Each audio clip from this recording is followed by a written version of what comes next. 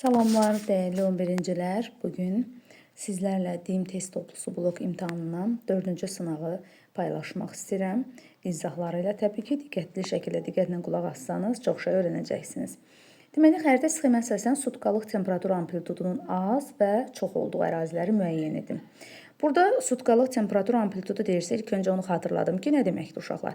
Biri var ki, orta sutkalıq amplituda, biri var ki, sutkalıq amplituda. Bunlarda təbii ki, fərq var. Orta deyiriksə, yəni sutka ərzində bütün temperaturlar cəmi 3 saatdan beri, yəni 8 dəfə ölçmə işləri aparılır. Bunlar toplanır və sayına bölünür. Elə bir ki, ədədi ortası çıxarılır da bir növ. Amma sutkalıq amplituda və yaxud da illik amplituda deyirsə, ən yüksək temperaturdan ən aşağı temperatur, sutka ərzində ən çox temperaturdan ən aşağı temperatur çıxanda bu verir bizə sutkalıq amplitudanı və yaxud da il ərzində də ən yüksək aydan ən aşağı temperatur çıxılırsa, bu zaman biz illik amplitudanı tapırıq. Burada bizdən sutkalıq istəyir. Diqqətli olmalıyıq. Yəni gün ərzində amplitud az olsun. Gün ərzində hansı ərazilərdə temperatur az dəyişir? Yəni demək olar ki, hər vaxt eyni temperatur müşahidə olunur. Məsəl üçün ekvatorial enlikləri götürə bilərik böyük məmnuniyyətlə. 1-4 götürə bilərik və yaxud da ki, soyuq ərazi, arktik ərazi. Burada temperatur dəyişmir. Sutka ərzində temperatur ya aşağıdır, ya da çox yuxarıdır. Fərqi yoxdur. 1 ilə 4-də normal 25 dərəcə temperaturdur. Burada isə, yəni 6-da isə mənfi 40-45 dərəcə, hətta biraz daha soyuq olur. Ona görə 1-4-6 olacaq az. Çox olanlar isə biz təbii ki, səhralar mütləq sutkalıq amplitudanın çox olduğu ərazilər deyirsə, biz səhra olan əraziləri götürəcəyik. Yəni 2, 3, 5. Yəqin ki, hər birimiz bilirik 2, 3 və 5-də yerləşən səhralar hansılardır?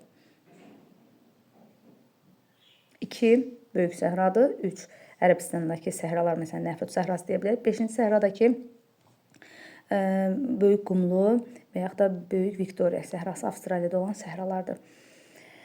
Deməli, cədvələ əsasən doğru ifadələr istəyir. Yox, ikinci sualımız burada qaldı. Buradan baxaq. Uyğunluğu müəyyən edin. İkinci sualımızda uyğunluğu müəyyən edin. İl boyu alçaq temperatur atmosfer təzyiqi müşahidə olunur. Yayda alçaq atmosfer təzyiqi, qışda alçaq. İl boyu alçaq odur ki, ya ekvatorialdır, ya mülayim enlikdir. Uşaqlar. Ya ekvatorial, ya mülayim enlik. Ona görə ekvatorial enlikdə yerləşən bir, axı biz bilirik ki, təzyiq sahələrini keçəndə yüksək təzyiq deyəndə tropik və qütblər, alçaq təzyiq deyəndə ekvatorial və mülayim enliklərdir. Ekvatorialda deməli alçaq termikdir, amma mülayimdə alçaq dinamikdir. Dinamik alçaq mülayimdir, termik alçaq ekvatorialdır. Demək, bizdən il boyu alçaq deyirsə, il boyu ekvatorial hava kütləsinin təsiri altında olan ərazini deyir. Variantlardan baxırıq ki, bir dənə Malakka yarımadasıdır ki, sırf ekvatorialdadır. Uşaqlar, yayda alçaq deyirsə, deməli, yayda ekvatorial hava kütləsi gəlməlidir bu əraziyə və yaxud da ki, yayda mülayim hava kütləsi gələ bilər. Yayda ekvatorial olan subekvatorial iqlim qurşağıdır. İqlim qurşaqları ilə də bağlı bir video paylaşacağım. Orada bilmədiyiniz çox şey öyrənəcəksiniz. Deməli, yayda biz bilirik ki, keçid iqlim qurşaqları necə olur? Keçid iqlim qurşaqları əsas iqlim qurşaqlarının hava kütləsi ilə qidalanırlar, belə deyək də, dolanırlar. Bu subekvatorialdır. Aşağıda ekvatorial hava kütləsidir, ondan yuxarıda tropikdir. Deməli, subekvatorial, amma şimal yarımkürəsindən söhbət gedir. Şimalda subekvatorialda yayda özündən aşağıdan, yəni ekvatorialdan hava kütləsi gələcək, qışda isə tropikdən hava kütləsi gələcək. Subekvatorial, ona görə yayı deməli alçaq, yayda alçaq təzyiq sahəsi, qışda isə deməli yüksək təzyiq sahəsi. Bayaq dedim axı, tropik yüksək təzyiq sahəsidir. Ona uyğun olaraq biz 2 və 4-ü götürə bilərik. 2 Hindistandır, şimalın subekvatorialdır.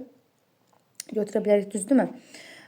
Yay aylarında. Şimalın subekvatorial, Cape York yarımadası isə Avstraliyada cənubun subekvatorialında yerləşən ərazidir. 2-4-ü götürürük. Üçüncüsü isə qışda alçaq təzyiq sahəsi. Konkret ay demir uşaqlar. Əgər ayı desəydi iyun, iyul, avqust ayı, biz ancaq Hindistanı götürə bilərdik, şimalın subekvatorialını. Və yaxud da dekabr, yanvar, fevral desəydi, onda biz Cape York yarımadasını deyərdik. Burada yay qış deyir. Hansısa bir fəsil adı çəkir, amma ay adı çəkmir. Çünki şimalda yay ayı iyun-iyul, qış ayları dekabr. Əksinə cənub yarımkürəsində yay ayları dekabr, yanvar, fevral aylarıdır. Ona görə 2-4-ü qorxmadan götürə bilərik. Burada olacaq 1, burada olacaq 2, 4 və üçüncüdə qışda alçaq təzyiq sahəsi dediyi üçün bir növ Aralıq dənizi sahillərini deyə bilərik. Aralıq dənizi iqlim qurşağını deyə bilərik. O da subtropikin Aralıq dənizi, Pireneya yarımadasıdır, Kiçik Asiya yarımadasıdır. Bax bu hissələri deyə bilərik. Afrikanın şimalı ta Azərbaycana qədər Aralıq dənizidir və yaxud da buranı deyə bilərik, bu ərazini deyə bilərik. Burada da ki, Avstraliyada bir də bu ərazidə Aralıq dənizi sahillərinin, Aralıq dənizi iqlim tipi yayılıbdır. O da hansı iqlim qurşağında? Subtropikin, deməli, Aralıq dənizi iqlim tipindədir uşaqlar. Deməli, nə oldu? E variantı ikinci sualımızın düzgün cavabı oldu. Musson küləklərinin təsirinə məruz qalan musson mövsümü küləklərdir. Bilirik ki, yayda dənizdən quruya, qışda qurudan dənizə doğru əsən küləklərdir. Mussonlar da biz bilirik ki, ən çox Asiyadadır, Asiya sahillərindədir. Mülayimi mussonu ancaq Asiya sahillərindədir. Subtropiki mussonu heç olmasa Şimali Amerikada da biraz olsa müşahidə olunur. Deməli, Filippin, Yaponiya və Koreya musson iqlimdə müşahidə olunan ərazilərdir. Dördüncü sualda onu da belə göstərə bilərik. Musson deyəndə, bax buradan Hindistandan tutmuş Yaponiya qədər musson rejimli ərazilər, hətta Saxalin adası mussona aid edilir deyə bilərik. Dördüncü sualda cədvələ əsasən doğru bəndi müəyyən edən uşaqlar. Deməli, burada variantlar və axırda hansılar düzdür onlara baxacaq. Deyir ki, 1, 2 uşaqlar keçid iqlim qurşağındadır. 1 və 2 nədir? Dekan və Braziliya yaylası. Bəli, Dekan yaylası şimalın subekvatorial, Braziliya yaylası cənubun subekvatorialdır. Yağıntılı dövr. Uşaqlar, yağıntılı dövr Braziliyada yazıb iyul, avqust aylarında. Biri şimalın subekvatorial, biri cənubun subekvatorialdır deyə bu fərqli əlamət götürə bilər. Yəni, dekabr, yanvar, daha doğrusu iyun, avqust ayları Dekan yaylası üçün yağıntılıdır, amma Braziliya üçün yox. Ona görə birincini mütləq götürə bilərik. Birinci ilə başlayan 3 variantımız var. Davam edirik. Yay isti quru olsun 4-dən 6. 4 Küraraz ovalığı və Missisipi. Yay isti quru, qış isə rütubətli və mülayim keçir. Yayda enən, qışda qalxan hava kütlələri müşahidə olunur. Sizcə biz bu ərazidə, bu yerdə, yəni məsələn Küraraz ovalığında biz deyə bilərikmi? Daha doğrusu Küraraz ovalığını deyə bilərik, amma biz Missisipi ovalığına bunları deyə bilərikmi? Orada yay isti quru keçsin, qış rütubətli. Təbii ki, uyğun deyil. Bu ərazidə rütubətli iqlimdir və yayda enən, qışda bu Azərbaycan üçün, yəni Küraraz ovalığı üçün deyə bilərik. Yayda enən hava kütləsidir, çünki yağıntı düşmür, amma qalxan hava kütləsi qışda düşdüyü üçün, qışda qalxan hava kütləsidir, ona görə də yağıntı verir. Ona görə də həmin ərazilərdə, yəni Küraraz ovalığında yay quru, qış isə rütubətli keçir. Sonra baxaq 3-ə 5-ə. 3 nədir? Böyük su ayrıcı dağları və 5 Draqon dağları. Afrikanın cənubunda yerləşən əjdaha dağlarından söhbət gedir. Böyük su ayrıcı və Draqon dağları. Yazıb sahillərində rütubətli tropik iqlim vilayəti formalaşır. Bəli, doğrudur. Və 3 iqlim qurşağında yerləşir. Deməli, bir-birlərindən fərqli söhbət böyük su ayrıcı bəli 3 iqlim qurşağında yerləşir, amma Draqondan fərqli cəhət odur da. Draqon dağları düşür subtropikin bərabər rütubətlisinə. Hətta bu xəritədə onu da göstərə bilərik. Afrikanın cənubunda bura 2 hissəyə bölünür. Sol tərəf Aralıq dənizinə düşür subtropikin, sağ tərəf isə bərabər rütubətlisinə düşür. Draqon dağları da burada yerləşdiyi üçün uşaqlar düşür bərabər rütubətli. Deməli, harda qalmışdıq? 1, 3 doğrudur. Bəli, davam edirik. Deməli, burada 1 və 3 doğru oldu. 1, 3 deməli A variantıdır. Baxaq 4-cüyə də. 4-də 1 və 4 tropik hava kütləsi. 1, 4 nədir? Baxaq 1 Dekan yaylası və Küraraz ovalığı. Dekan və Küraraz ovalığında tropik hava kütlələrinin təsirinə məruz qalır. Biz bilirik ki, subtropikdə yerləşir Küraraz ovalığı, Dekan yaylası isə subekvatorialda yerləşir. Ona görə də hər ikisi birinə yayda, birinə qışda tropik hava kütlələri təsir edir. Hər ikisi üçün bu oxşar cəhət ola bilər, çünki keçiddə yerləşir. Çay, çəltik kimi isti və rütubət sevən bitkilər becərilir. Bu, bunların fərqli cəhətidir. Çəltik çay əsasən Dekan yaylasını deyə bilərik. Bu ərazilərdə həm də bilirik ki, musson rejimli ərazilərdir. Ona görə çay, çəltik kimi isti rütubət sevən bitkilər yayılıbdır deyə bilərik, becərilir deyə bilərik. Amma Küraraz ovalığı üçün təbii ki, mümkün deyil. Bu, bunların fərqli cəhətləridir. Ona görə cavabımız A olacaq. Deməli, 4-cü sualımızın cavabı A variantı. Gəlin 5-ci sualımıza keçid alaq. 5-ci sual, bir qədər bu suallar görürsünüz böyük həcmlidir və düşündürücü suallardır. Ən çox da ki, atmosferlə bağlıdır. Atmosfer keçən şagirdlərimiz bunlara mütləq diqqətlə baxmalıdır ki, çox şey öyrənəcəksiniz. Cədvələ əsasən düzgün olmayan bir çox şagirdlərimiz atmosferi sevmir ki, orada xırdalıqlar çoxdur, amma atmosfer kifayət qədər maraqlı bölmədir. Deməli, daimi küləklər, passat küləkləri Konqo ərazisi üçün, Konqo üçün deməli passat küləkləri veribdir. Doğru olmayan istədiyi üçün Konqonu götürə bilmərik. Çünki Konqo deməli tropiklər arasında yerləşir və passat küləklərinin təsirinə məruz qalır. Ona görə biz onu götürmürük. Əslində doğrudur. Sonra Kaliforniya yarımadası, Kaliforniya yarımadasını götürür, qərb küləkləri yuxarını oxuya bilmirəm deyə, qərb küləklərinə götürür. Kaliforniyanı qərb küləklərinə götürür. Sizcə doğrudurmu? Kaliforniya tropik kəsirdir, passat küləklərinin təsirinə məruz qalır. Ona görə qərb küləkləri doğru deyildi, 2-ni götürürük. Filippin adalarını qərb küləkləri yazıbdır. Filippin adaları tropiklər arasındadır deyə passat küləkləridir. Bunu da götürürük, doğru deyil. Və deməli, Qrenlandiya adası şimal-şərq qütb dairəsində yerləşdiyi üçün qütbdə yerləşir deyə bunu götürə bilərik. Britaniya yarımadası, Fransanın Britaniya yarımadası qərb küləklərinin təsirinə tamamilə doğrudur. Tropiklərdən yuxarıda yerləşir. Böyük Britaniyanı passat küləkləri, Böyük Britaniya mülayim dənizdə yerləşir, tropiklərdən yuxarıdadır. Ona görə də orada passat küləkləri yox, qərb küləkləri olmalıydı. Cavabımız 2, 3, 6, yəni D variantı olacaq. 5-ci sualımızın cavabı D variantıdır. Keçək 6-cı sualımıza. 2 iqlim qurşağında yerləşən ada dövlətlərini müəyyən edin. Deməli, 2 iqlimdə yerləşən adalar Böyük Britaniya mülayim dənizidir. Çıxdıq, amma Filippin götürə bilərik.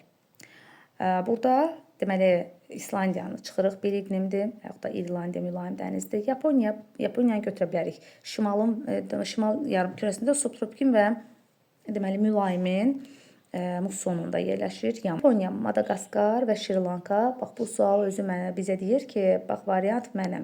Çünki Yaponiya subtropik və mülayim mussonuna düşür, Madagaskar tropik subekvatorial düşür, Şri-Lanka isə ekvatorial və subekvatorial iqlim qurşağında yerləşir. 2 iqlim qurşağında balaca bir ada olduğuna baxmayaraq ikisində yerləşir. 7-ci sual, xəritə sxemdə Azərbaycan da balacadır, amma 2 iqlim qurşağında yerləşir. Təbii ki, sərhəddə yerləşmə mövqeyindən asılıdır. Sxemdə B nöqtəsində B məntəqəsinin atmosfer təzyiqi 360 mm-dir. Kəsmə yüksəkliyi müəyyən edin. 7-ci sualı. Biz nə ilə yazaq? Deməli, B məntəqəsinin atmosfer təzyiqi 360 mm. Dəniz verildiyi üçün, deməli, dəniz səviyyəsində uşaqlar 760 mm civə sütunudur. Biz bilirik ki, kəsmə yüksəkliyi tapmaq üçün ilk öncə aralarındakı hündürlük fərqini tapmalıyıq. 760-dan 360 çıxacaq, bu eləyəcək 400. 10 metrə 1 mm civə sütunudursa 400-ə x metr olacaq. Buradan da tapırıq ki, x 4000 metrdir. Deməli, B nöqtəsi ilə dəniz arasında hündürlük fərqi 4000 metrdir. Bu səfər deməli, kəsmə yüksəkliyi tapmaq 1, 2, 3, 4 və 5 kəsmə yüksəkliyi var. 4000-i də 5-ə böləndə 800 düşür. C variantı doğru cavabımızdır. 8-ci sualda cədvələ əsasən doğru sıraları müəyyən edin. 8-ci sualımıza diqqətlə baxırıq. Doğru sıraları müəyyən edin. Subarktik iqlimi veribdir. Ərazi Jutlandiya yarımadasıdır. Təbii ki, doğru deyil. Jutlandiya yarımadası mülayim dənizdir. Sonra yazıb ki, heç o tərəfə oxumağa ehtiyac yoxdur. O qədər də soyuq deyil. Xəzləri maralçılıq ola bilməz. Mülayim kontinental, Şərqi Avropa mülayim kontinentaldır və taxılçılıq, kartofçuluq regionudur. Tamamilə doğrudur. Daha sonra subtropik kontinental Turan ovalığı, bəli, Turan ovalığı subtropik kontinentaldır, Mərkəzi Asiyadır.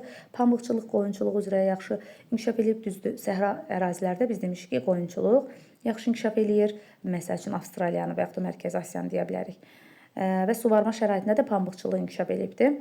Və tropik dəniz, şəkər çoğunduru tropik dənizdə heç cürə mümkün deyil. Mülayim, enli sevir şəkər çoğunduru.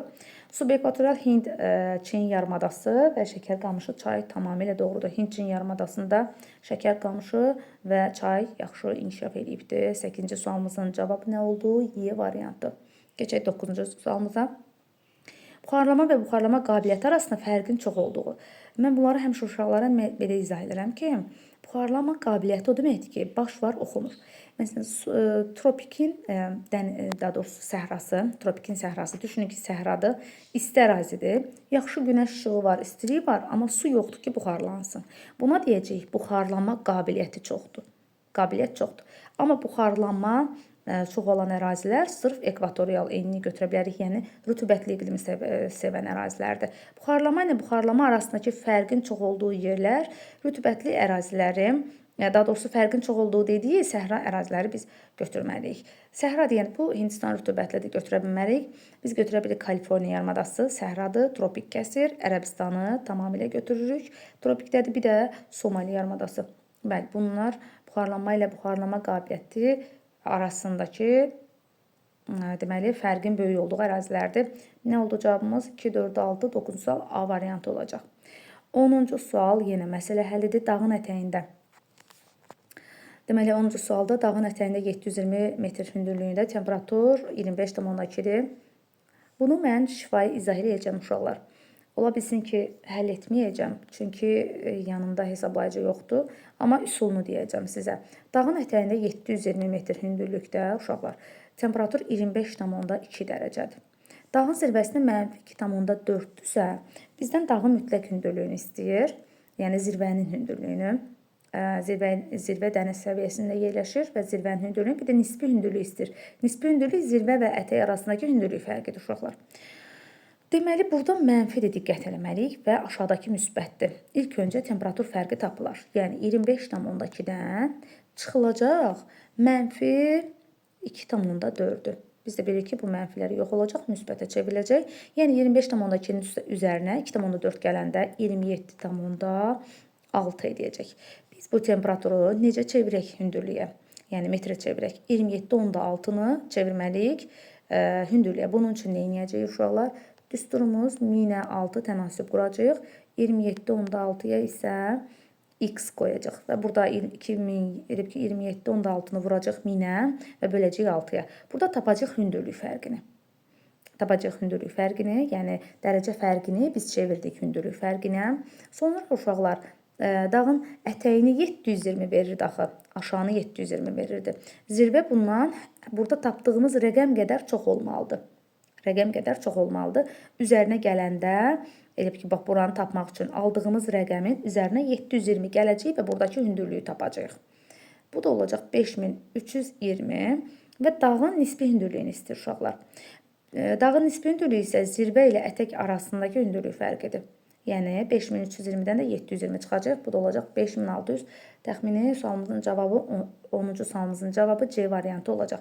Düşünürəm ki, məsələnin həllini başa düşdük uşaqlar. Deməli, aşağıda və yuxarıda, zirvədə və ətəkdə temperatur verilibsə, o temperatur fərqi tapılır. İkisi də müsbət olsaydı, adi qayda ilə, məsəl üçün, bu 18, bura 8 olsaydı, 18-dən 8 çıxacaqdıq. Amma -8 olduğu üçün 18 ilə 8-i toplayacaq və tənasübümüzü dərhal qururuq. 1000-ə 6, məsəl üçün, -8 olduğu üçün 20, deməli 26x olacaqdı.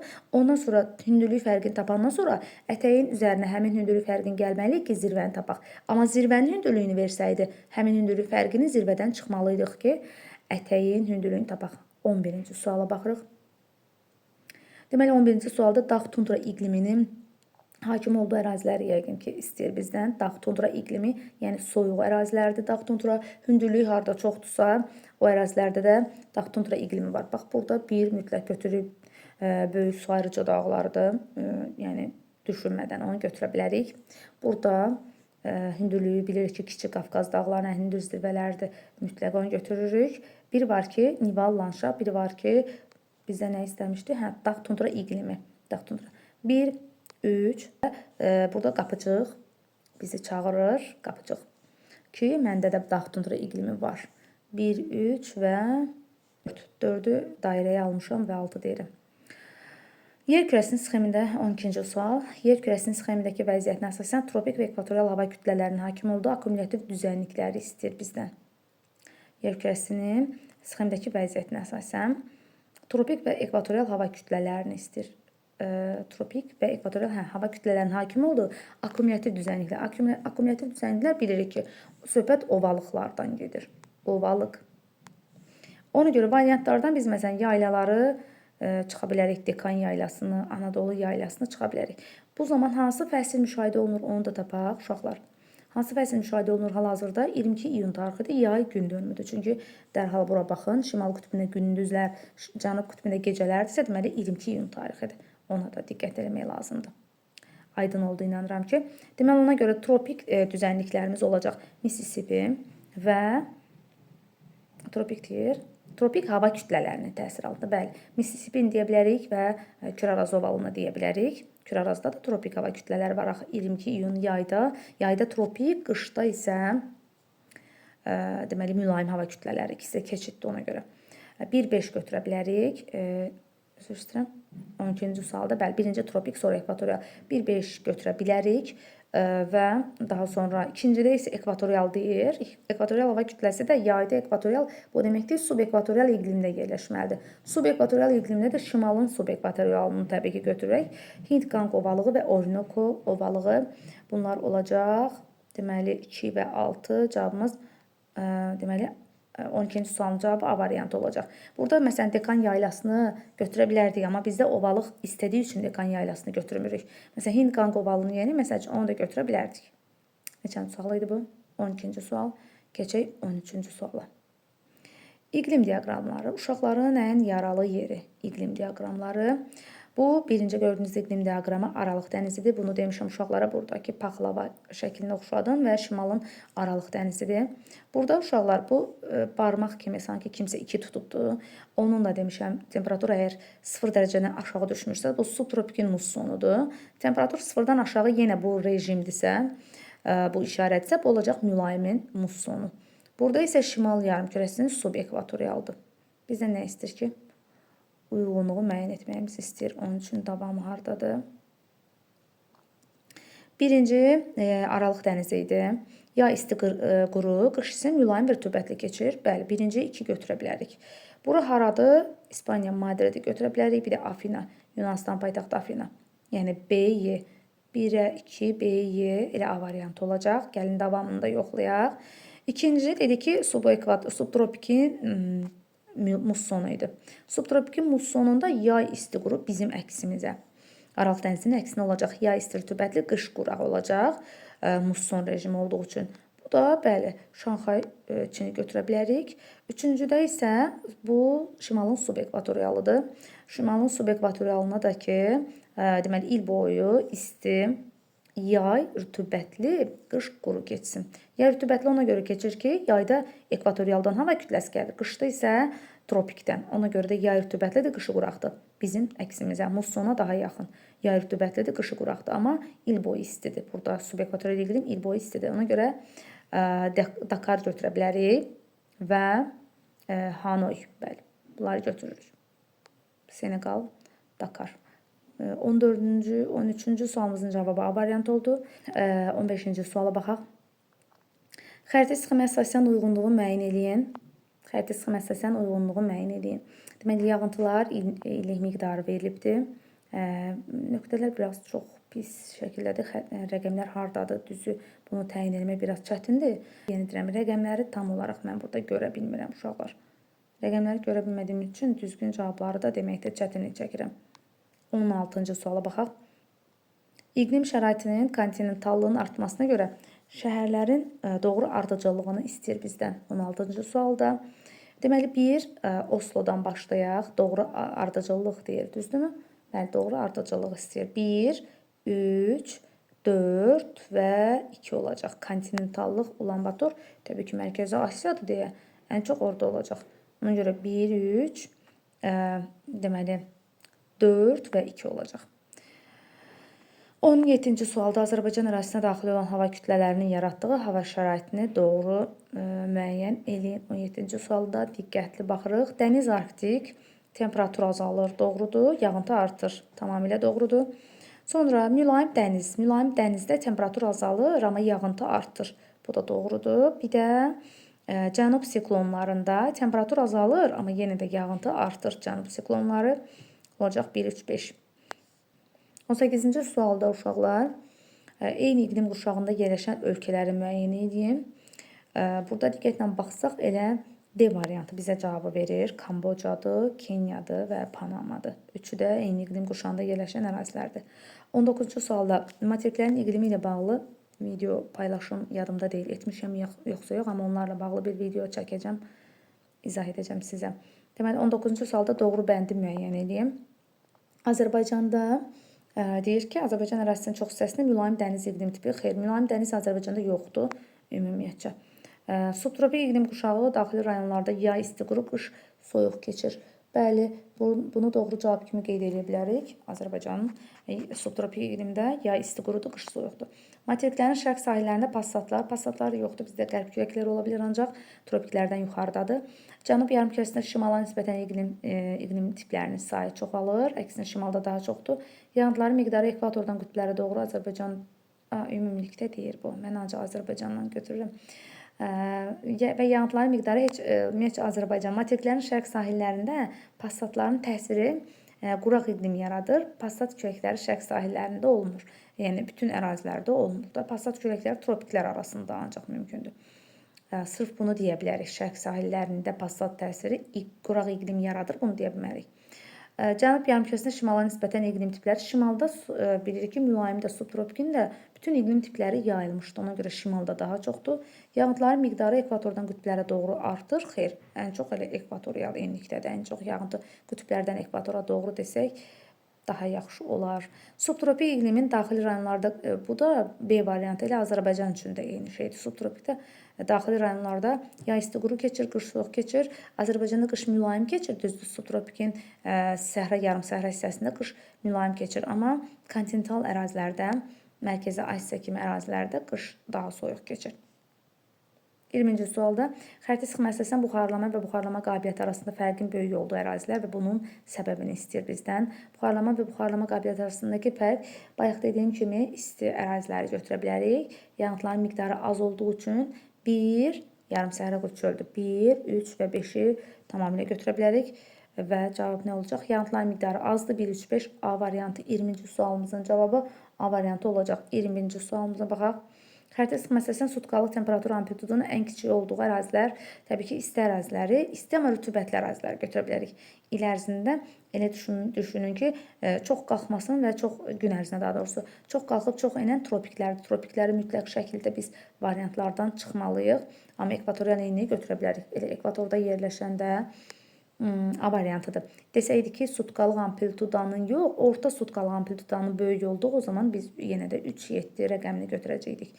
22-ci suala baxırıq. Kəsmə yüksəkliyi 1000 metr olarsa, atmosfer təzyiqinin doğru göstərildiyi məntəqəni istəyir bizdən. Demək, birinci məntəqəyə baxaq, 660 deyir. Birinci məntəqəyə kəsmə yüksəkliyi vermişdir deyəsən. 1000 isə kəsmə yüksəklik. Bu 100 mm civə sütunu deməkdir də. Metrdən keçəndə 10 silirik. 100 mm. Bura 760-dırsa, bəli, ikinci məntəqədə olacaq 660. 760-dan 660-ı çıxacaq. Birinci məntəqə baxaq. Yüksəkliyə doğru qalxdıqca 1, 2, 3. 3 dənə yüzlük var. 300 çıxmaq lazımdır, 760-dan olmaz. İkinci məntəqədə 460 mm civə sütunu veribdir. İkinci məntəqə görək doğrudurmu? Xeyr, təbii ki, bayaq dedik. Elə 660 ikinci məntəqə olmalıdır. Üçüncü məntəqə kəsmə yüksəkliyi 1, 2, 3, 4 dənədir. 4-ü 100-ə vuranda 400 eləyəcək. 760, bura 760-dır. 400 çıxanda 360 tamamilə doğrudur. C variantı olacaq. 23-cü sualda 20 dərəcə temperaturda havanın nisbi rütubətliyi 30%-dən 40%-ə çatarsa, mütləq rütubətlik nə qədər artar? Bu məsələlər çox maraqlıdır. Deməli, ilk öncə baxırıq 20 dərəcə temperaturda mötərizədə də verilib. 17 qram su buxarı var. Boş bir əraziyə baxaq. Burada yaza bilərəm 17 qram həmişə 100% götürülür. Yəni maksimum su buxarı 100% götürüləcək. 30%-dən 40%-ə çatarsa, yəni 10% artıbdır da. 10% artarsa neçə millimetr, neçə qram su buxarı olar? Təbii ki, bu tənasübü həll edirsiniz. Sadə qısa bir tənasübüdür. Kiçik Asiya və Hindistan yarımadalarının iqliminə aid olan, yəni cavabı özünüz mənə elə gəlir ki, hesablayacaqsınız. Uşaqlar çətin bir şey deyil. 1,7 olacaq. Cavab 1,7 qram. Kiçik Asiya və Hindistan yarımadalarının iqliminə aid olan ümumi cəhətləri istəyir bizdən. Kiçik Asiya və Hindistan yarımadaları. Biri subtropikin aralıq dənizidir, biri isə subekvatorialdır. Tropik hava kütlələrinin təsirinə məruz qalırmı? Bəli, hər ikisi tropik hava kütlələrinin təsirinə məruz qalır. İkisi də keçid iqlim qurşağıdır. Birinə yayda təsir edir, amma birinə qışda təsir edəcək də. Onu nəzərə almalıyıq. Daha sonra keçid iqlim qurşağıdır. Bəli, keçiddir. İkisi üçün də ortaq götürülə bilər. Bir də pambıq becərilməsi Birinə yazıb yayda, yayda olmaz. Musson da hər ikisinə uyğun deyil. Pambıq becərilməsi üçün əlverişli şərait var. Bəli, 1, 3, 4 ümumi əlamət kimi götürülə bilər. 25-ci sualda doğru ifadələri müəyyən edin. İqlim qurşaqlarının formalaşması coğrafi enilikdən asılıdır. Baxırıq diqqətlə. Bəli, iqlim qurşaqları coğrafi enilikdən tamamilə asılıdır. Quruda geniş ərazi tutan iqlim qurşaqları daxilində kəskin fərqlər, bəli, kontinentallıq olduğu üçün kəskin fərqlər yaranır. 2-ni də götürə bilərik. Sakit okeanın qərb sahillərində yay quraq, qışı rütubətli keçir. Sakit okeanın şərq sahilləri yay quraq, qışı rütubətli keçməlidir. Və arid iqlimə malik ərazilərdə səhra və yarım səhralar yaranmışdır. Arid iqlimə malik ərazilərdə səhra və yarım səhralar yaranmışdır. Bəli, quraq deməkdir arid və səhra yarım səhralar yaranıb. Tamamilə doğrudur. 1, 2, 4 doğru cavab olacaq. Avrasiyada mülayim iqlim qurşağı daxilində 3 iqlim vilayəti yox. Mülayimdə bilirik ki, dənizdir, yəni mülayim dənizdir.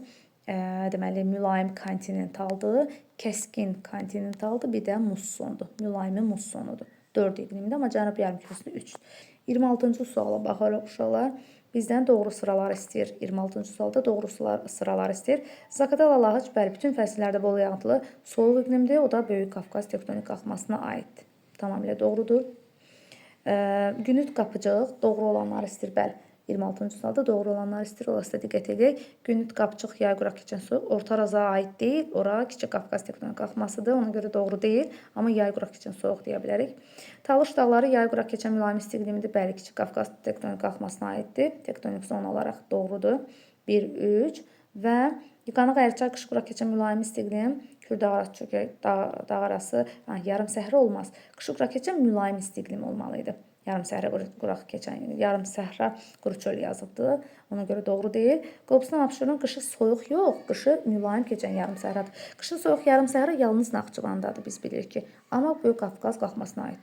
Doğru götürmürük. Qarabağ yay quraq keçən mülayim isti iqlim var Qarabağda. Kiçik Qafqaz qalxmasına aiddir. Doğrudur. 26-cı sualımızın cavabı 1, 3, 6 olacaq. 27-ci sualda burada Qarabağda Xocavənd rayon ərazisinə düşür. Təxmini o hissələrdə yay quraq keçən mülayim isti iqlim var, kiçik bir ərazi var. Deməli, xəritə sıxım məsələsindən uyğunluğu müəyyən edin. Rütubətli dövr il boyu olsun. İl boyu rütubətli təbii ki, ekvatorial enliyi götürə bilərik də. Düzdürmü? Rütubətli. C, il boyu rütubətli. Həm mülayim dəniz ola bilər. Məsəl üçün, baxın burada D. Mülayim dənizdir, il boyu rütubətlidir. Dekabr, yanvar aylarında rütubətli olsun. Dekabr, yanvar aylarında rütubətli olsun. Burada nəyə götürə bilərik? Bir özünüz düşünün. Yəni, dekabr, yanvar bəzi yerlər üçün yay ayı ola bilər, bəzi yerlər üçün qış ayları ola bilər. Ona görə orada biraz çaşdıra bilərlər sizi. Dekabr, yanvar, məsələn, Aralıq dənizi ola bilər, Şimalın Aralıq dənizi. Cənubundakı subekvatorialına aid eləyə bilərik. Düzdür, B-yə deyə bilərik.